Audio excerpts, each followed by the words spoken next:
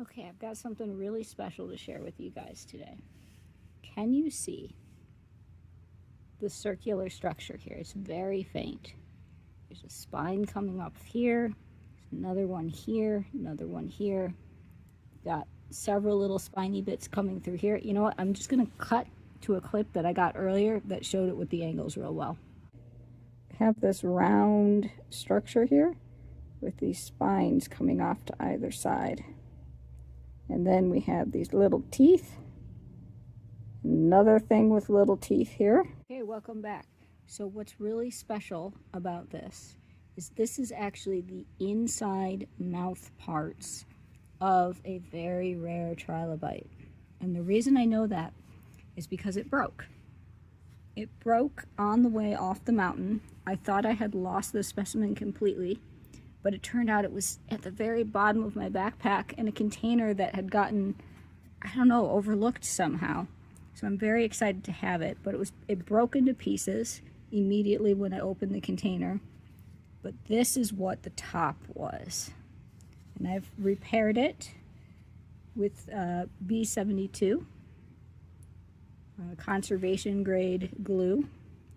And I'm so glad that I realized that this was mouth part visible in the light. It caught the light and I saw the spines and the various layers of spiny teeth all through there in the light, in the sun. If I hadn't caught that, I would have glued the whole thing back together.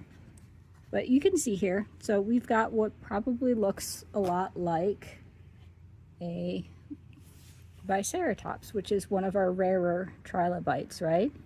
These are soft bodies, so here's a really good one that we've been referring to earlier.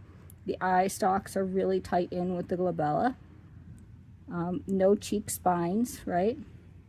And you know, this one is actually, I think, the biggest one that we've seen. A little bit bigger than this guy, or quite a bit bigger, really. At least 1 molt bigger. So it looks like a Biceratops, but let's look at our reference images.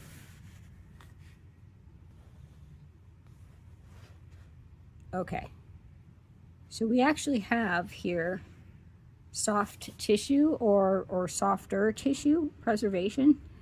This is quite rare in Biceratops. It's a thin, a much thinner exoskeleton than the other trilobites from its era, so you don't see them as often, but of course they are still calcified a bit, so they are still much more abundant than fully soft-bodied creatures. However, if we look at these swimming fins here, this guy I think probably would have been up in the water column, just looking at the way that its appendages here are.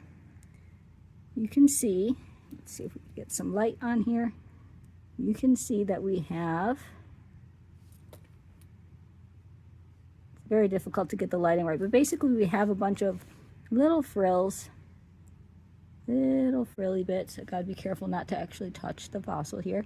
Little frilly bits coming out on the edge of a lobe. And then we have another lobe, little frilly bits. Another lobe, little frilly bits. Now these could be the gills. So basically the carapace, the armor, tore right off of here. However, normally each of these little segments here kind of correspond to a set of legs and gills. So what's wrong with this picture? I think it should be pretty obvious to everyone that this is not the same. These are not the same. There's no giant plural spines. That's what these are called, these big ones that come out to the side. There's no sign of that. I suppose maybe there could be just some tiniest remnants here, but it really seems like we're either looking at preservation of the underside or an entirely different animal, which would be really cool.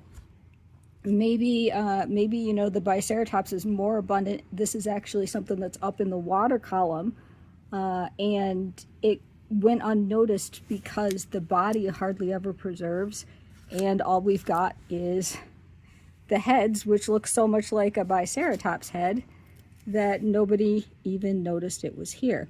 Now there is a second option that I thought, okay, let's look at the other known species from the area, right?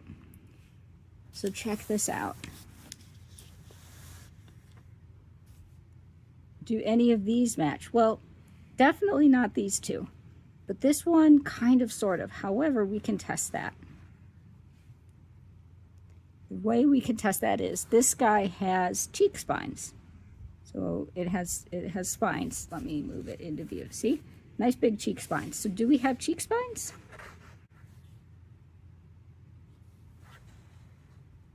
There's no cheek spines, guys. There's no cheek spines. Nothing. Nice, smooth, contoured edge, no cheek spines. So we are dealing with either an entirely new species, a species that has never been documented in the area before, or a really unusual preservation of a Biceratops nevadensis. Very exciting.